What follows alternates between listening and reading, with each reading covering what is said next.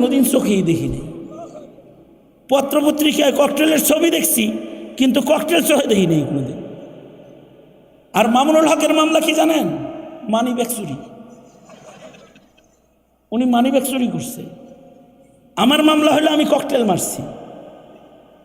আর জুনায়েদ আল হাবিবের মামলা হলো গাড়ি ঘুরাইছে। এইগুলো হলো মামলা। এই মামলায় আবার রিমান্ড কতদিন জানেন? এই সকল মামলার রিমান্ড 22 দিন, 48 দিন, 1.5 মাস রিমান্ড। আর এই রিমান্ড কত ভয়ঙ্কর! আমাদের মাদ্রাসার ছেলেগুলো যারা জেলখানায় হাজিরা দিতে আসে, ওদেরকে দেখবেন, যদি দেখতে যান দেখবেন ওদের হাত ওরা খুলতে পারে না, হাত এরকম কুকরানো মুসরান। কারণ প্লাস দিয়া চারিটাই না খুলে ফেলা হয়েছে, প্লাস দিয়ে। লটকায় রিমান্ড করা হয়েছে। তবে এই রিমান্ডের ভেতরে কিছু ভালো পুলিশও আসে, এমন পুলিশও ঢুকছে যাদের ভেতরে ঈমান আছে। এরা দরজা বন্ধ করে জড়ায় ধরে কাঁদছে আর বলছে, হযরত হাত পা বাঁধা, মাফ করে দেন। আছে। কিন্তু যারা নিজেকে বিক্রি করে ফেলেছে কারোর কাছে, তারা এসে বলে কি জানেন?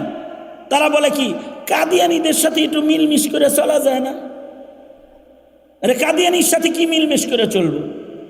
আবার তাদের প্রশ্ন হলো, কাদিয়ানীরা কি আসলেই কাফের? এই কথা শুনলে তো ইবলিসেও হাসে যে কাদিয়ানী কি আসলেই কাফের?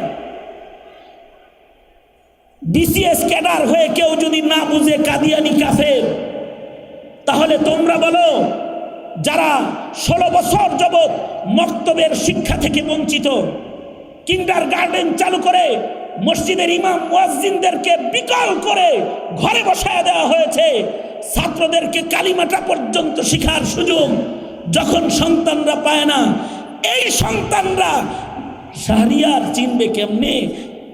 হাসানুল হক ইনু চিনবে কেমনে? বলো তোমরা আমাকে। তারা কিভাবে নাস্তিক চিনবে? তারা কিভাবে কাদিয়ানী চিনবে?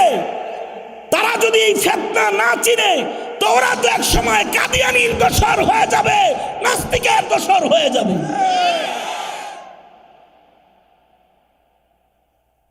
চোরের লিস্টি থানায় নাই সঠিকভাবে, কিন্তু মোল্লার লিস্টি ছিল।